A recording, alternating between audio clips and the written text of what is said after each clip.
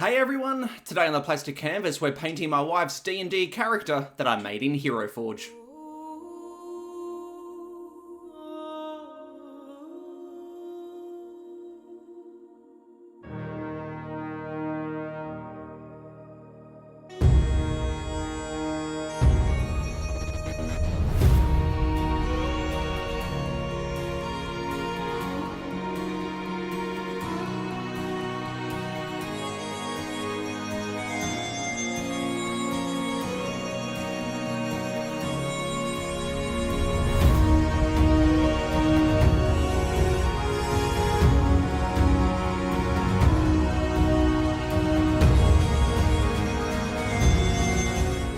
Hey everyone, Matt here from the Plastic Canvas and welcome to today's painting video. And like I said in the intro, today we are going to be painting my wife's D&D character mini that I designed and made in Heroforge. Now, for those of you that aren't familiar with Heroforge, it is a website that lets you, well, design and make minis. And it's really well aligned to something like D&D because it has lots of different race choices, armor types, weapons, stances, all of those sorts of things. So pretty much if you're able to think of a character, odds are you'll be able to create it in Heroforge. Now, I do just want to start off with a very quick caveat, and that is that this is in no way, shape or form a sponsored video. This channel is way too small for Heroforge to pay any attention to, so I paid for this mini myself, so any opinions, I guess, that I share of the mini or Heroforge in general throughout the video is completely my own and totally unbiased. So with that out of the way, I'll just give you a little bit of a backstory into how the character came about and then how I made some of the design choices that I did in Heroforge. So a little while ago, some of the people in our gaming group had said that they wouldn't mind giving D&D a go because my wife and I had started playing it earlier this year with my extended family. And so I said, well, if I commit to learning how to DM and start running a few sessions, would everyone be into it? And the answer was obviously yes. So everyone went off and designed their characters. This is the character that my wife came up with. And we then tried to start playing, but because of lockdown and all that sort of stuff, we weren't able to get together to play in person. So I just ran a couple of not even half shots, like maybe one shots you might call them, just quick little scenarios so that everyone could get used to how D&D works. And because my wife's character is an 8-foot tall half-orc Goliath Barbarian, to try and get that scale and to show that she towers over everyone else, we just grabbed an orc mini from another game, chucked it on a painting cork that I've got, just to try and make her nice and tall. Now this did the job, I suppose, for those quick little sessions that we played, but I knew going forward when we can actually start playing together that this wasn't going to be good enough. And her birthday was coming up, and so I thought, well, hey, why don't I go into Heroforge, design her character, get it sent out, and then I can paint it so that then when we can start playing in person, she has her character there to be able to have out on the maps that I make, and she'll be taller than everyone else. So like I mentioned just before, the character that she ended up coming up with is an 8-foot tall half-orc Goliath Barbarian. But the really cool extra little character trait that got added in there that plays off really well against all of that is that she is a little bit bougie. Now, if you're not familiar with the term bougie, the way that we use it in our group is basically like an unnecessary level of fanciness. So let's say that you were putting together a bit of a platter, you had some cheese and dips and those sorts of things, and then you put some caviar on there as well, we would say, oh, that's very bougie of you. But I did have a look at a couple of proper definitions for them, and each of the ones that I looked at essentially said the same thing, and that's that it's more or less being fancier than what your status or what your class would typically be. And so when we think about a half-orc Goliath Barbarian, any one of those things is generally pretty rough around the edges, happier smashing skulls and sitting down having a conversation. And so that bougie aspect just works so well because an 8-foot tall half-orc Goliath Barbarian ain't gonna typically be interested in anything fancy. But this one is. And so here we have the mini that I designed in Heroforge, and I had a lot of fun working in some of those little bougie details. So, like, if you just look at her boots, you can see those high heels that I added on there, completely unnecessary and impractical, but a cool little extra detail in there. Her armor has way more embellishment in it than what a barbarian typically would. There's also a little necklace around her neck, and then a kind of tiara sort of thing running across her forehead there. But I did still want to have just those little nods to her being a barbarian still in there. So things like on her pauldrons, those spikes that are coming off there, I end up painting them to look like claws, as though they are claws that she's taken off some sort of a beast that she's carved to pieces. And then, of course, that massive axe there, because no barbarian would be complete without an awesome axe. Now, one part of the design that I did have a bit of trouble working out was what colours I was going to be painting all the different parts, and so you can see I'm sort of working through a couple of different options here. And this here is the one that I ended up going with, because I thought it had just enough interesting colours in there to show off that she is that bit bougie. Like, there's a bit of purple in there, which at the time would have been quite an expensive dye. And there's a few bronze metallics and those sorts of things in there, just a little bit more than just that typical beaten steel. But yeah, the colour aspect of it was a challenging part that I wasn't really expecting to be challenging, because typically I paint minis from board games, and so they usually come along with artwork. And so you can see very clearly what types of colours should be used, what the vibe of the mini should be. So even if you don't strictly stick to the artwork, you've got somewhere to start. But I didn't have that at all for this, because I created this character from scratch. And so just trying to work out a colour scheme that worked well from head right down to toe was a little bit difficult. And so I was really happy that they have that feature there in Heroforge where you can go through and custom colour all of the different parts. That's there so that you can order the mini to already be coloured, so you don't have to paint it. But I just used that to try and work out what my colour scheme was going to be. And so there are different themes in there that you can just choose between. It will just automatically colour everything, something that will work. And so, yeah, I went with that one that I showed a little bit earlier, because I thought it wasn't too sort of crazy over the top, but it did just add a couple of those bougie little elements in there, and everything did work well together. Alright, so now let's actually start talking about how I'm painting this barbarian. So I just started with a black prime, and I didn't do any more than that because I knew that I was going to be using quite a few darker colours. And if those metallics and purples that I'm going to be using goes over a black prime, it'll give it a nice bit of depth straight off the bat. And so then I got into painting the skin, and you would have seen earlier on, the skin tone that I ended up with was my third attempt at it, because I just couldn't get the right type of green. So the two greens that I started off with, as oddly as it sounds, were too green. I needed it to be more desaturated than the first couple that I was using, because being a half orc, I wanted a bit more grey in the skin tones. And so I ended up using turf green, which is still green, but has just that slight little bit of grey to it. So then as I started to highlight, I just mixed in a little bit of misty grey, just one of my lighter greys, just on the forehead, tops of the cheeks, noses, those sorts of areas. And I just found that the grey going into the turf green, because it already had that just slightest grey tinge to it, worked much better than the greys that, sorry, not the greys, the greens that I used earlier on. And then just to really quickly paint the pants or whatever that they'd be called that are going underneath her boots, I just grabbed a brown, base coated it with that, and then mixed a bit of a lighter brown into that, and then just really kind of scratchily and roughly just sort of dry brushed over the top of that, and then threw a brown wash down, just so that it adds a little bit of texture and makes it just look a little bit kind of scuffed and tarnished, I guess. And now we're onto the boots. So this is an area that I wanted to spend a bit of time on, because the purple in these boots is one of those key features that shows just how fancy this barbarian is. And so I base coated the boots with clear purple, which is my darkest purple, and over the black prime, you almost couldn't see it unless you were really looking up close.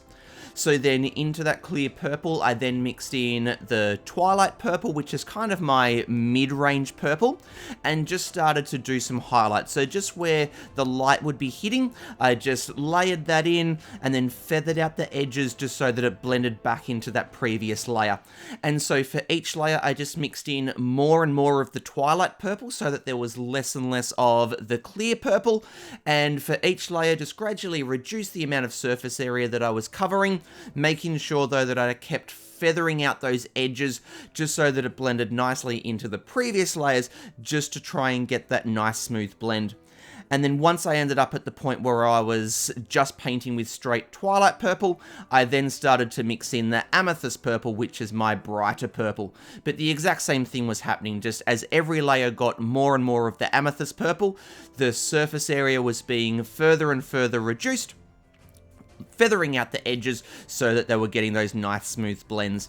And then you can see how they ended up looking, and I was really happy with how that came up, especially by the time all the other little details have been done on the boots. So like the bronze here to the toe, sole and heel, and the buckles as well. And then there's these thin sort of bands that then wrap around the boots as well. In the theme that I applied in Heroforge when I was doing all of the colors, it put these as green, and I thought it looked really cool, and so I went with that. So I just grabbed one of my darker greens, not super dark, and just base coated those bands, and then went to this much lighter green that I've got, and just ran a thin line of this around the middle of the band so that you still then had the dark green at the top and bottom edge, and that just really boosted the brightness of this green and really made these stand out. And I just thought the purple and the green here played off really well with each other, especially when tying back into the skin tone of the Barbarian. And then I paint the buckles as well. And I just think these came up really well in the end. I was really happy with the way that they looked in terms of being a key element that shows that this Barbarian is way fancier than what any Barbarian has any right to be. Those heels there are just totally impractical. When I was creating those boots in Heroforge, all I could picture there was Bryce Dallas Howard's character just running away from the T-Rex in her heels in Jurassic World. So just lots and lots of fun, just a cool little detail there. And then the purple and the green as well being colors that no Barbarian would have been interested in because they just would have been way too expensive. And now we're getting into painting the armor, and you can see I'm going to this bronzy metallic color, and I went to this for two reasons. First of all, it is my wife's #1 favorite color that I have, and so I had to include this in quite a significant way, but then also it's just not a color that a Barbarian would have for their armor at all, because typically they would just have some plain beaten steel armor because it just wouldn't matter at all what the color is. And so you can see I just grabbed my dry brush and just knocked off most of the paint from the brushes, and then kind of stabbed and sort of scratched it a bit onto the armor so that it pretty much covered all of it, but just in little spots here and there, it just didn't quite cover up the prime and allowed just little bits of black just to show through here and there, so that as the black wash here goes over the top and knocks off most of the shine, it just makes it look just that little bit beaten, because she has been through some battles, and so her armor isn't brand new anymore. Even though it is fancy, it's not brand new, and so I just didn't want it to be too shiny and too smooth looking. And so by doing that kind of scratchy dry brush sort of base coat, just allows some of the black of the prime to show through inconsistently, and then it just makes it look just that little bit beaten. But I did feel though that it needed something a little bit extra. Now, when I was in Heroforge trying to work out all of the colors, I did have a bit of a play around with this part of the armor, just to try and add in an extra color, just to break up all of that single color over the metallic paint a little bit. I couldn't ever work out anything that worked well, even though I did try purple. So I went to it to give it a go on the actual mini, and I thought it came up all right. So I was pretty happy with how that looked. And I chose purple because it ties back into the color of the boots. And now we've got here just this really simple silver necklace with a couple of red gem stone type things. Just again, just that another little nod to her bougie nature.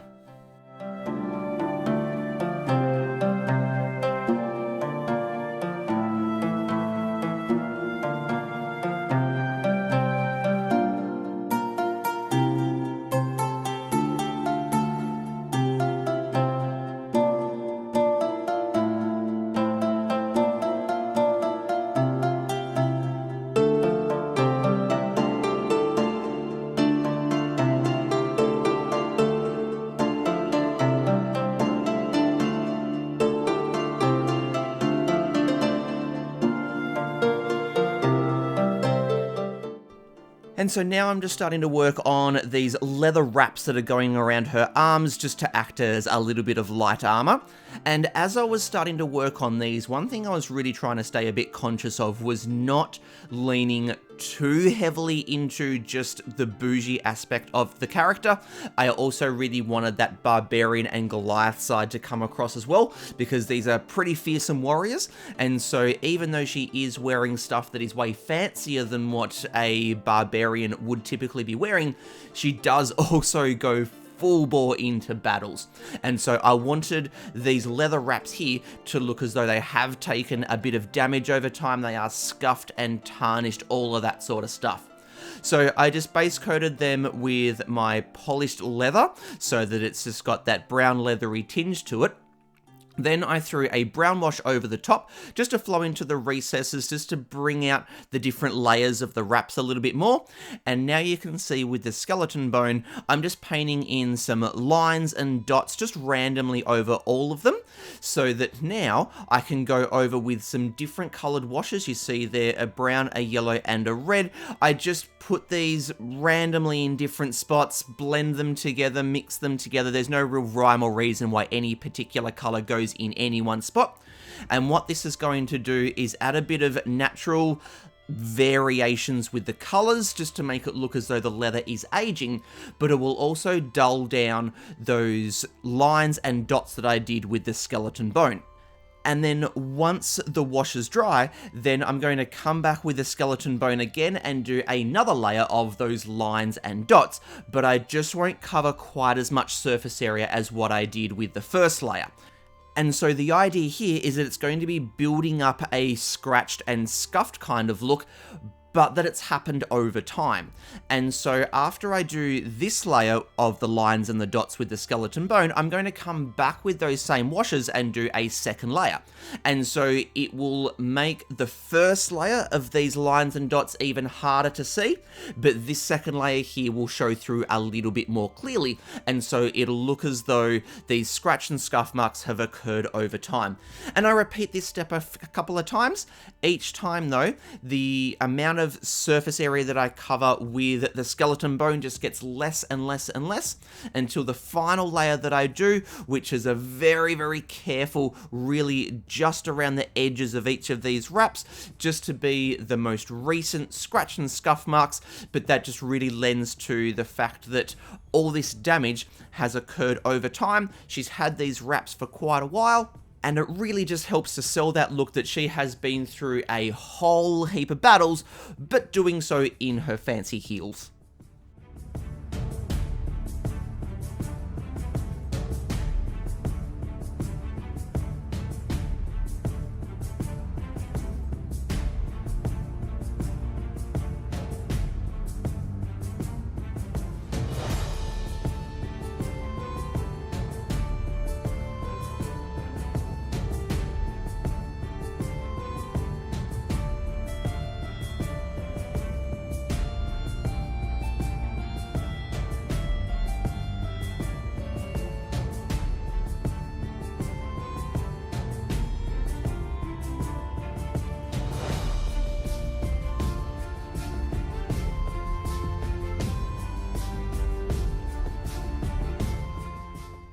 Alright, so now I'm starting to work on all of these different spikes that are all over her armor and trying to make them look as though they are claws. So like I mentioned earlier, this is one of the ways that I tried to bring out that barbarian side of the character, so that there's the balance between the bougie side, but then also the brutality of her being a barbarian. So the idea here is that it looks as though she has adorned parts of her armor with parts of animals that she's killed, kind of like trophies, I guess. And I'm just doing this with the same fairly basic approach that I have plenty of times in the past, where I'm trying to build up a textured sort of look as though there are ridges running from the base of each claw towards the tip.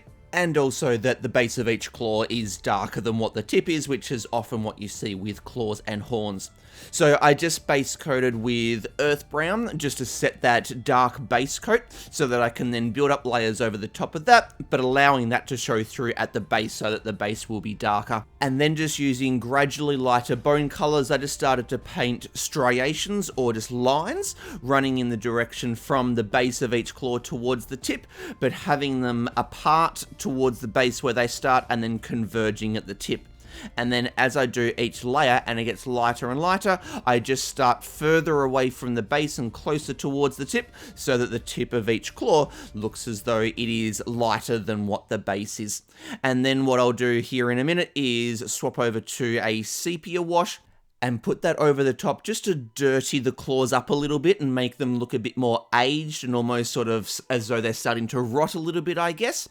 But it will still allow all of those striations to show through.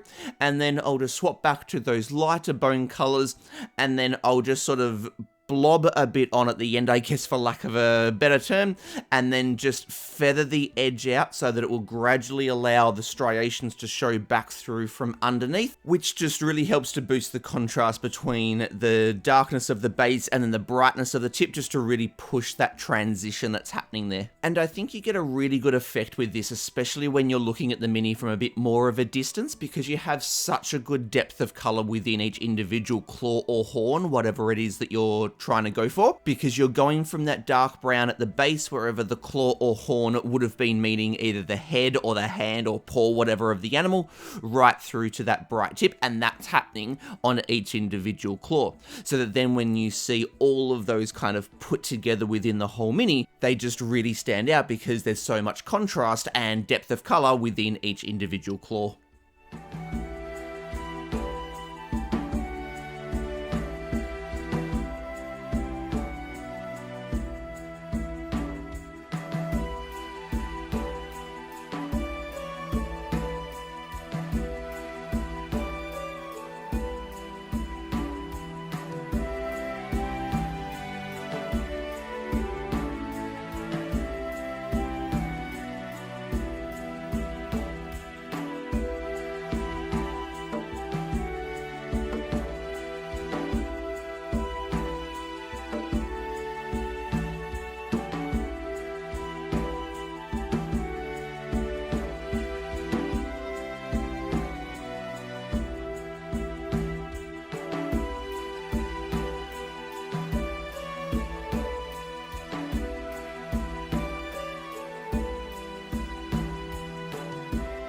So I'm now just starting to work on the part of the barbarian's clothing that wraps around her waist, and to tie this into the other clothing and armor that she's wearing, I'm using the same purples as I used for her boots, and you probably can't see it yet, but there's 3 thin bands of material that run around as well that will split this purple up that I'm painting. I do that to look as though it's the same damaged, tarnished and worn leather that I did with the wraps that are going around her arms. So all of the colors here that I use for the purples and then also to do that damaged leather is exactly the same as what I used earlier for the purple on her boots and then that damaged leather that's wrapping around her arms.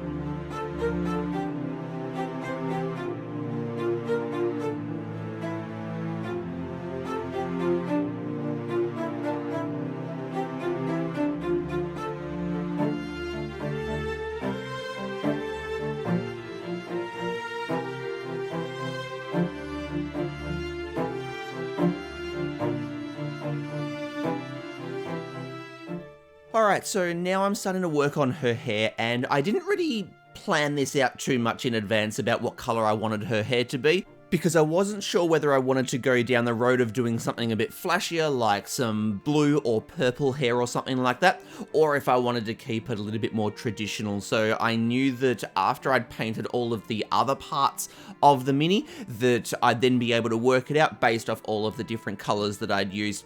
And red was just the colour that just seemed to fit in the best, because it's a little bit out there, so it's not just like brown or black or something like that, but I thought playing off against the other colours that are in her armour, purple or blue, was just a little bit too much. So yeah, I stuck with red. So I started by base coating with Heraldic Red, which is one of my mid-range reds, and I started with that one because it was light enough so that then when the red wash went over the top and pulled in all of the recesses, there was going to be a good bit of contrast between where the wash had settled and then those more raised areas where it hadn't. But also it wasn't too light so that I didn't have anywhere to go once I started highlighting. So yeah, after I base coated, I threw that red wash over the top to pull in all of the recesses, because to do the shading by layering, as in individually painting in all of the shadows, would just take way too long. So it just dulled all of those recesses down, darkened them off, so that that texture could really start to come out. And then for the first layer of the highlighting, I just went back to the Heraldic Red and just painted all of the raised surfaces. And now you can see here I've gone to Blood Red, which is just one of my more saturated and brighter reds. And I'm just repainting over those same surfaces, but just focusing more on each upper facing part of each surface. So I just won't continue down her hair quite as far, just so it looks as though the lower portions are in a bit more shadow than what the upper parts are. And then with each layer from here, I'll just start to gradually mix in more and more white just to slowly lighten it off. And with each layer, as it gradually gets lighter and lighter, I will just reduce the amount of surface area that I'm covering until I get to the final layer where I'm only painting just the very top of her head, just the part that would be hit by the most amount of light.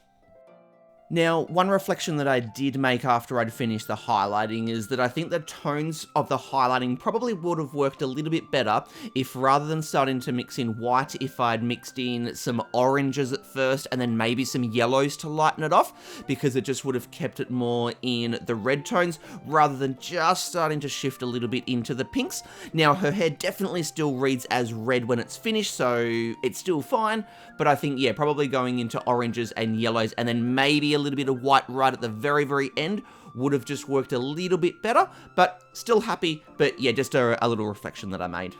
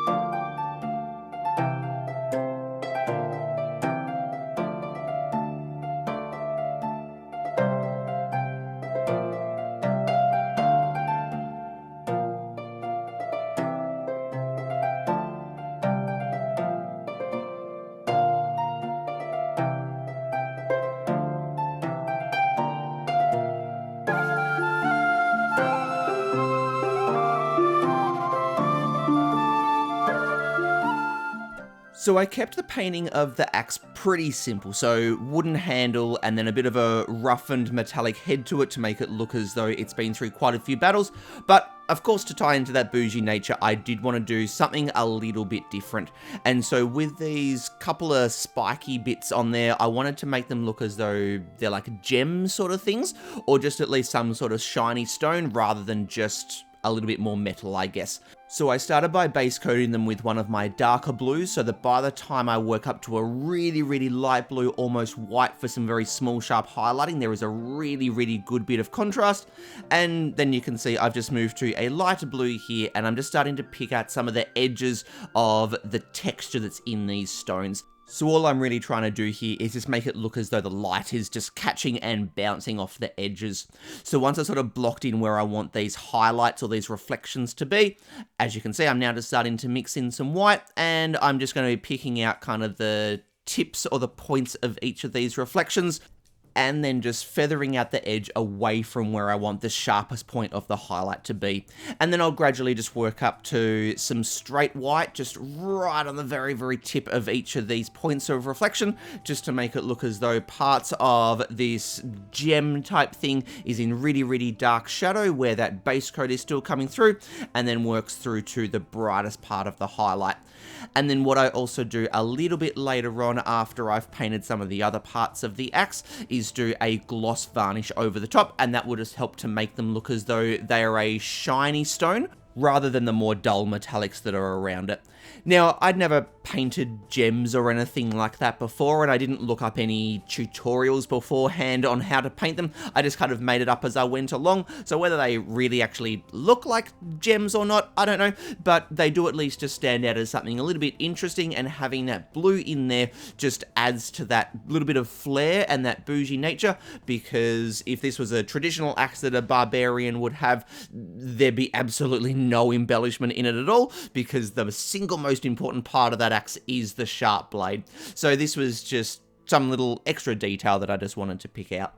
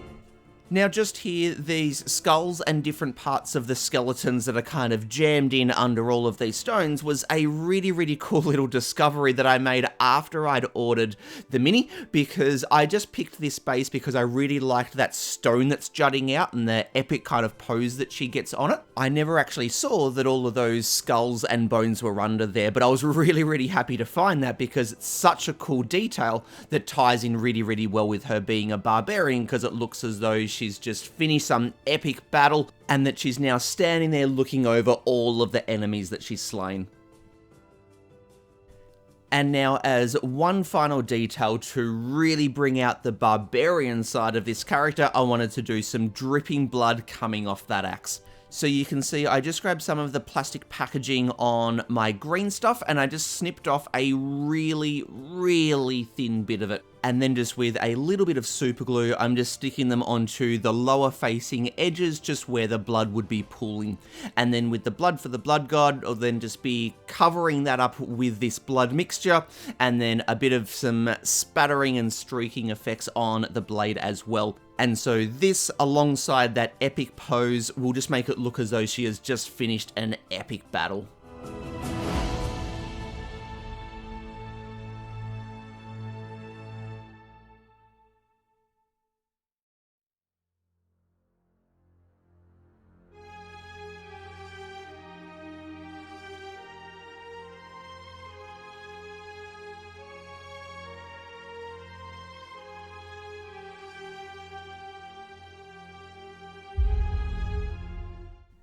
So from this point, I'll just be sticking a couple of little tufts of grass in and amongst the rocks just to really build that outdoorsy sort of look, and then a black rim around the base just to neaten it all up, and then this mini is finished.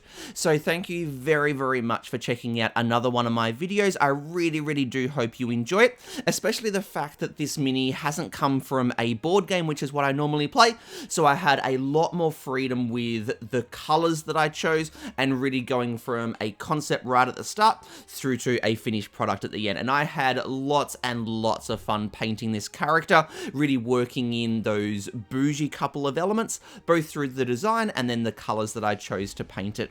So if you enjoyed this video, please do give it a thumbs up, and if you haven't hit the subscribe button, please do hit that as well so you can stay up to date with future videos as they keep coming out, as well as stopping by the Facebook, Twitter and Instagram accounts for this channel, where I am regularly posting what I'm painting at the moment, so you can see what videos are going to be coming out in the future. But that's going to do us for today, so until next time, this is Matt from the Plastic Canvas signing out. Happy painting, everyone. Cheers.